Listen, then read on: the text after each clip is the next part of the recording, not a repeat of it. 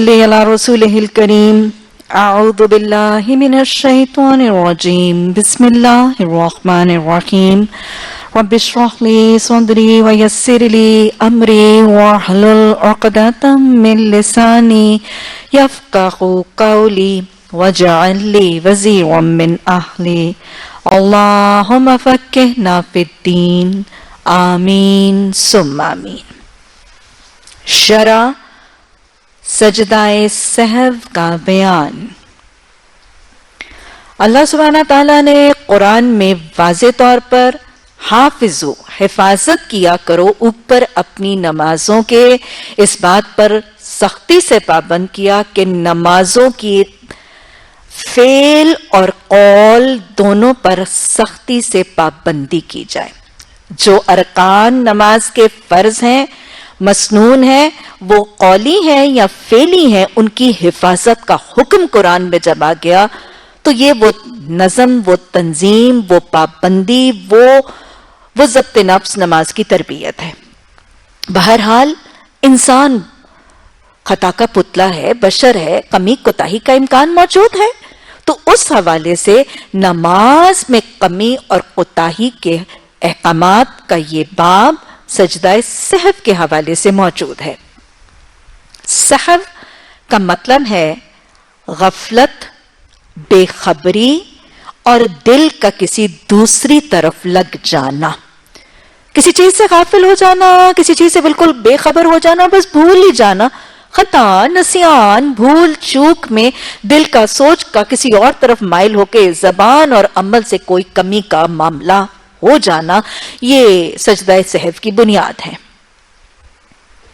نمازی نماز ادا کر رہا ہے، غیر ارادی طور پر بھول چوک، خطا، نسیان سے اس کا دل کہیں اور چلا جاتا ہے، اس کو کوئی چیز بھول ہی جاتی ہے، اور بے خبری میں نماز کے کسی عمل اور کسی قول میں اس سے کمی ہو جاتی ہے۔ یہ ہے سجدہ سہو کی بنیاد۔ نبی صلی اللہ علیہ وسلم قل انما انا بشر مثلکم، بشریت کے تقاضوں کے مطابق آپ سے نماز میں بھول چوک کا معاملہ ہوا، اور ان پر آپ نے سجدہ سہو کا طریقہ ادا کیا۔ آپ کے اپنے نماز کے اس سہو کو روکنے کا بہت زیادہ خواہش اور کوشش اور اہتمام بھی نظر آتا ہے۔ پیچھے ہم وہ واقعہ پڑھ چکے ہیں کہ نبی صلی اللہ علیہ وسلم کو ایک نقش و نگار والا مصلی اور جائے نماز جب دی گئی تھی، اور آپ کی رکعت کے اندر ایک سہو ہوا تھا، تو آپ نے وہ چادر واپس لوٹا دی تھی۔ تو لہٰذا یہ آپ صلی اللہ علیہ وسلم کا اہتمام اور صحابہ اکرام کا بھی طریقہ نظر آتا ہے۔ حضرت ابو طلحہ بن زید انصاری رضی اللہ تعالیٰ عنہ کا واقعہ کہ مدینہ کے دور میں اپنے باغ میں ہیں اور اپنے کھجوروں کے باغ میں ہے، کھجور کا گوشہ جو خچے جو ہیں وہ پکے ہوئے ہیں، اور ایک چڑیا چہچہاتی بھی آتی ہے، اور وہ خوبصورت چڑیا جو ہے وہ توجہ کا محور اور مرکز بنتی ہے۔ اس کی آواز کی وجہ سے دل اس کی طرف مائل ہوتا ہے، نگاہ مائل ہوتی ہے، اور بس اس اڑتی ہوئی چڑیا کو جو کھجور کے خوشے اور گچھے کے اوپر جا کے بیٹھتی ہے، وہ سوچ کہیں اور چلی جاتی ہے، بے خبری میں، کچھ غفلت میں دھیان کہیں اور لگتا ہے، دل کہیں اور لگتا ہے، رکعت میں سہو ہو جاتی ہے۔ سہو کے بعد سجدہ سہو ادا کرتے ہیں۔ رسول اللہ صلی اللہ علیہ وسلم کی خدمت میں حاضر ہو کر یہ باغ صدقے کے لیے پیش کرتے ہیں اور وجہ بتاتے ہیں، یا رسول اللہ صلی اللہ علیہ وسلم، یہ باغ اب میری نمازوں میں خلل ڈالنے لگا ہے۔ یہ تو اہتمام ہے، یہ تو سہو سے بچنے کی کوشش، اپنی تربیت، اپنا تزکیہ ہے۔ لیکن بہرحال جب سہو ہو جائے، کمی کوتاہی ہو جائے، تو سجدہ سہو کب، کیسے، کس طرح کیا جائے گا؟ سجدہ سہو کے بارے میں آراء، اس کے حکم کی نوعیت کے حوالے سے فرق ہے۔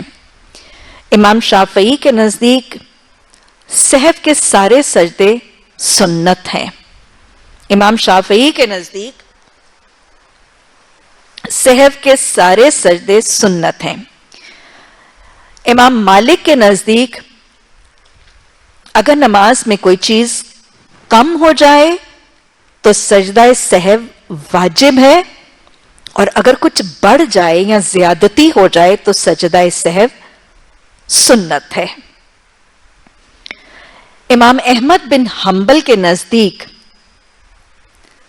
اگر سوائے ارکان اور واجبات کو ترک کرنے کے، آپ کو پتہ ہے نماز کے ارکان ہیں، نماز میں واجبات ہیں،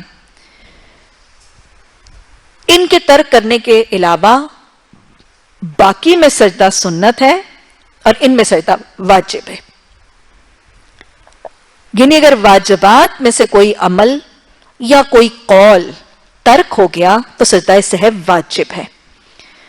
اور امام احمد بن حنبل کے نزدیک اگر مسنون عمل اور قول میں سے کچھ ترک ہو گیا تو پھر سجدہ سہو واجب نہیں، سنت ہے.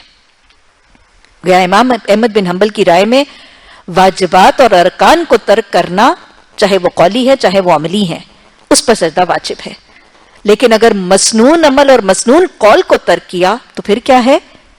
پھر سجدہ سہو بھی سنت ہے، پھر واجب نہیں ہے. لیکن امام ابو حنیفہ کے نزدیک تمام کے تمام سجدے واجب ہیں. ہر قسم کا سجدہ، کسی قولی، کسی فعلی، کسی واجبات، کسی ارکان، کسی بھی حالت کی بے خبری اور غفلت یا کمی اور کوتاہی میں سجدہ واجب ہے. یہ امام ابو حنیفہ کی رائے ہے. سجدہ سہو کا طریقہ کیا ہوگا؟ حدیث سے اور سنت سے ہمیں مختلف طریقے وضع کیے گئے ہیں، اور یہ نمازی کی اپنی سہولت کے لیے ہے، اس کی آسانی کے لیے ہے، جس کو جو آسان رہے، جس کو جس وقت یاد آ جائے اس کے لیے ہے. سجدہ سہو دو حالتوں میں ادا ہو سکتا ہے اور دونوں ہی میں ادا ہو سکتا ہے. اگر نمازی نماز کی حالت میں ہے یا نماز سے باہر آ چکا ہے، یعنی سلام کے پھیرنے کے بعد.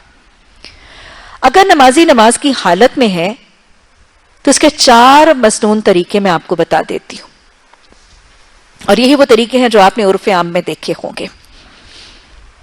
پہلا جو طریقہ ہمیں شاید اپنے ارد گرد مساجد میں بہت زیادہ کثرت سے نظر آتا ہے، وہ طریقہ یہ کہ اگر کسی بھی رکعت میں کوئی کمی ہو جائے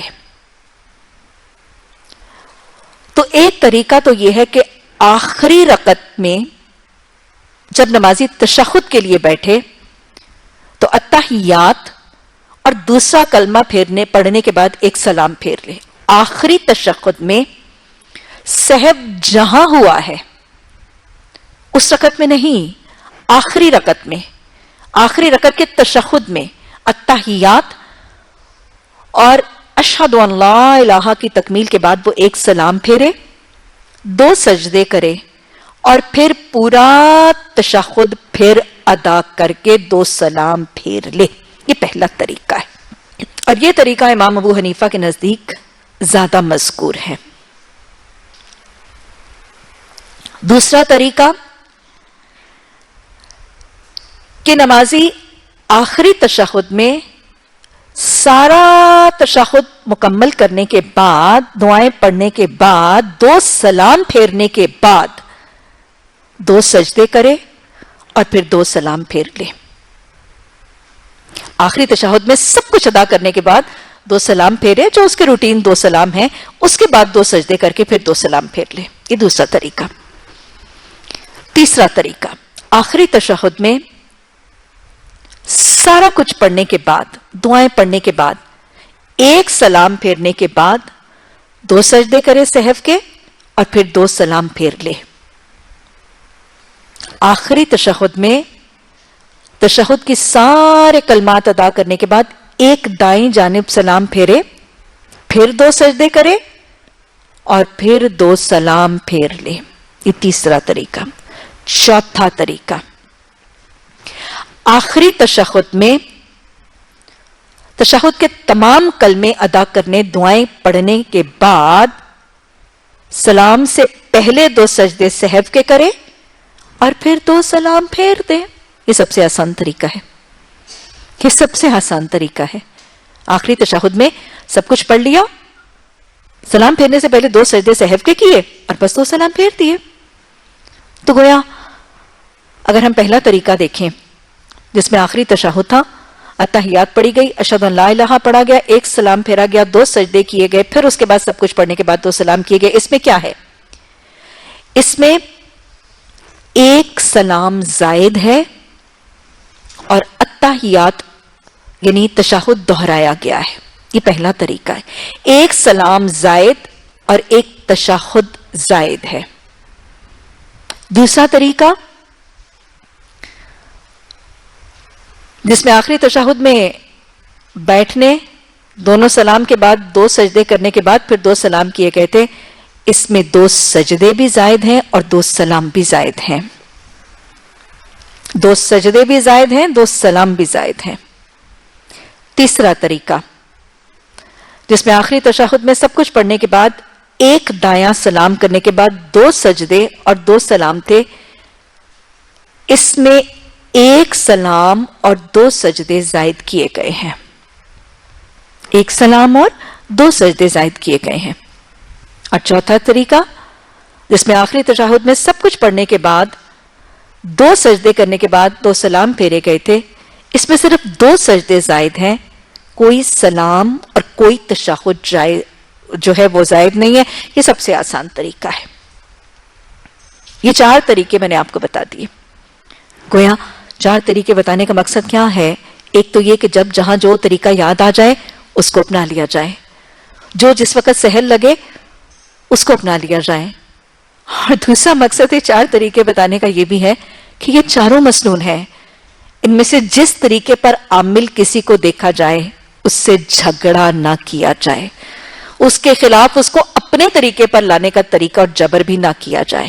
یہ چھوٹے چھوٹے فروعی مسائل ہی فرقہ واریت کا ذریعہ اور باعث بن جاتے ہیں. جو کسی اور طریقے سے پڑھ رہا ہے وہ بھی سنت سے ثابت ہے، اور جو آپ پڑھ رہے ہیں وہ بھی سنت سے ثابت ہے. ٹالرنس، تحمل اور دین کے اندر مسنون طریقوں کی ویریبلٹی کو ایکسپٹ کر کے فرقہ واریت کو بڑھانے سے بچنے کا طریقہ. یہ تو وہ 4 طریقے تھے جو نماز کے اندر رہنے والا کرتا ہے، یعنی بھی سلام نہیں پھیرا اور وہ نماز کی حالت میں تو وہ کیا کرے گا؟ بس اوقات وہ کمی یا وہ غفلت نماز سے فارغ ہونے اور نماز سے نکلنے کے بعد یاد آئے گی، پھر کیا کیا جائے گا؟ بس اوقات اوہو میں نے تو آج دعائے قنوت پڑھی ہی نہیں، اب کیا ہو، بعد میں یاد آیا. بہت دفعہ اپنی کمی اور اپنی کوتاہی کا خیال بعد میں آتا ہے یا کوئی بعد میں کروا دیتا ہے. جیسے امام کو ابھی آپ دیکھیں گے رسول اللہ صلی اللہ علیہ وسلم کو بعد میں یاد دہانی کروائی گی، پھر کیا کیا جائے گا؟ اس میں سیدھا طریقہ بغیر تکبیر تحریمہ کے 2 سجدے اور اس کے بعد 2 سلام. بغیر تکبیر تحریمہ کے 2 سجدے، ہاں سجدوں کی تکبیر ہوگی، اور اس کے بعد 2 سلام. تو یہ نماز کے دوران اور نماز کے بعد یہ سارے طریقے آ گئے.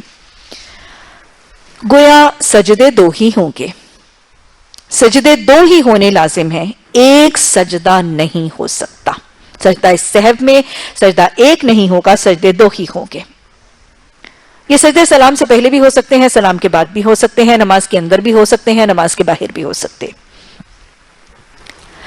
مزید ایک اور بات بھی دیکھ لیجئے کہ نماز میں اگر 1 سے زائد غلطی ہو جائے، 1 سے زیادہ دفعہ سہو ہو جائے، تو بھی 2 سہو کے سجدے 1 سے زائد غلطیوں کے لیے بھی کفایت کریں گے.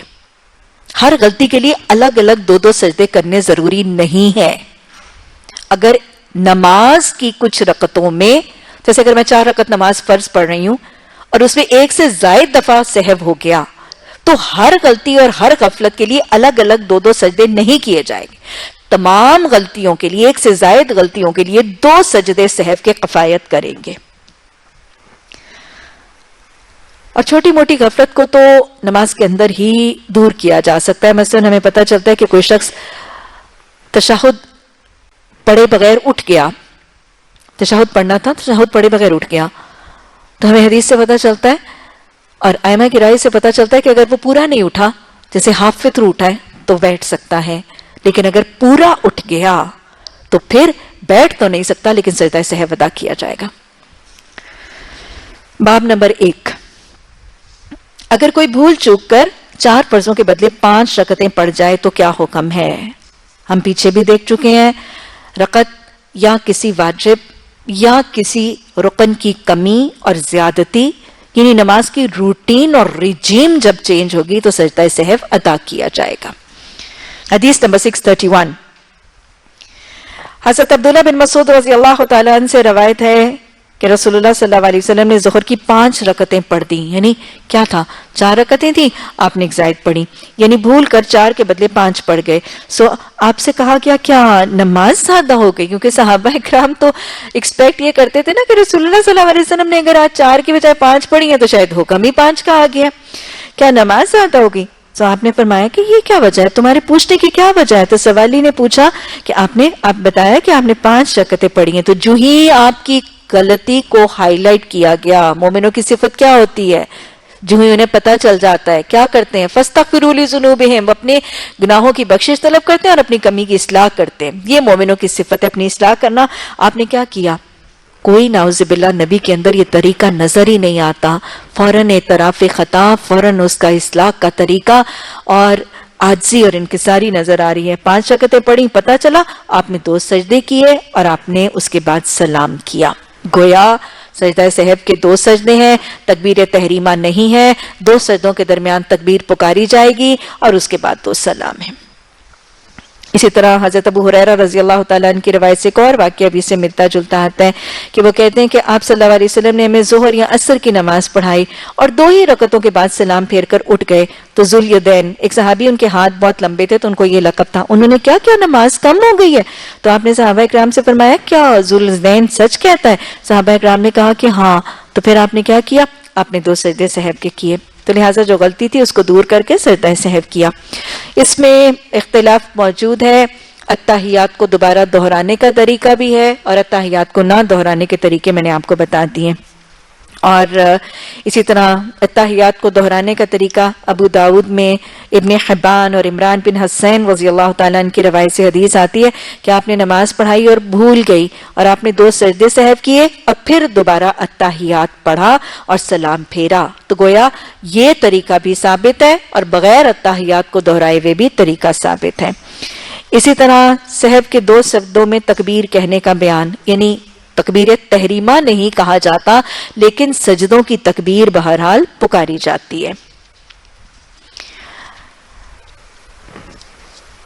اچھا جناب، یہ بھی یاد رکھیے گا کہ یہ جو سجدہ سہو ہے یہ صرف فرض رکعتوں کے لیے نہیں ہے. اگر سنت کی رکعتوں میں یا نفل کی رکعتوں میں کسی میں کمی ہو جائے گی تو ان کا بھی طریقہ یہی ہے اور ان میں بھی سجدہ سہو ادا کرنا ہے. سنت اور نوافل کی رکعتوں میں سہو پر بھی سجدہ سہو ہے اور اس کا طریقہ فرائض کے سہو سے الگ نہیں ہے، اس کے طریقہ بھی سجدہ سہو کا وہی ہے. اور اسی طرح حضرت ابن عباس رضی اللہ تعالیٰ عنہ کے روایت سے حدیث سے پتہ چلتا ہے کہ اگر وطر میں بھی کسی سے سہو ہو جائے تو اس پر بھی سجدہ سہو کیا جائے گا. تو گویا وضاحت سے ہمیں سجدہ سہو کے سارے طریقے اور اس کا مسنون طریقہ اور اس کے مواقع جو ہیں وہ پتہ چل رہے ہیں. تو گویا سجدہ سہو کے بارے میں ہمیں یہ پتہ چل گیا کہ کب کرنا ہے، کس طرح کرنا ہے، کس کس موقع میں کرنا ہے اور کس حالت میں کرنا ہے اور کب کیا جا سکتا ہے. البتہ یہ یاد رکھیں کہ اگر کسی شخص کو اپنے نماز کے دوران یہ خلل ذہن میں آئے یا یہ گمان محسوس ہونا شروع ہو کہ رکعت کی تعداد کے تعین میں کنفیوژن ہونے لگے، مثلا اگر 4 رکعت نماز فرض کوئی ادا کر رہا ہے اور اس کو کسی رکعت میں یہ اشتباہ اور یہ کنفیوژن ہو گیا کہ اس نے 2 پڑھی ہیں یا 3 پڑھی ہیں، تو پھر اس میں کیا معاملہ کیا جائے گا؟ ہمیں حدیث سے پتہ چلتا ہے کہ اس کو کیا گمان رکھنا ہے، جتنی کم رکعتوں کی گنتی کا گمان ہے اس کو شمار کر لیا جائے گا اور نماز اس سے آگے ادا کر لی جائے گی اور اینڈ میں سجدہ سہو کر دیا جائے گا کہ این ممکن ہے کہ یہاں زیادتی ہو گئی تو لہٰذا اس حالت میں سجدہ سہو کر دیا جائے گا. مثلا کسی کو یہ اشتباہ اور کنفیوژن ہے کہ یہ میری دوسری رکعت ہے یا میری تیسری رکعت ہے تو وہ کیا کرے گا؟ وہ ایزیوم کرے گا کہ یہ میری دوسری رکعت ہے اور دوسری رکعت کے آگے اسے جیسے پروسیڈ کرنا تھا وہ باقی کی نماز ویسے ادا کرے گا اور اینڈ میں کیونکہ این ممکن تھا کہ وہ دوسری نہیں وہ تیسری رکعت ہوتی اور ایک رکعت زائد ہو گئی تو اینڈ میں ایسی کنفیوژن کو اس نے رکعت کی ادائیگی کے ساتھ تو دور کر دیا لیکن زائد رکعت کی کنفیوژن کی بنیاد پر اس نے سجدہ سہو کو دہرا لیا. اللہ سبحانہ تعالیٰ ہمیں قرآن میں اور حدیث میں اور سنت سے نماز کے سارے طریقوں کو سمجھنے، ان کو اپنانے، ان کو یاد رکھنے، ان کو شرح صدر ہو کے لوگوں تک پہنچانے، اور ان تمام رویوں کے ذریعے اپنے نماز اور اپنے عبادات میں حسن پیدا کرنے کی توفیق عطا فرما دے. ربنا لا تزغ قلوبنا بعد إذ هديتنا وهب لنا من لدنك رحمة إنك أنت الوهاب. آمین.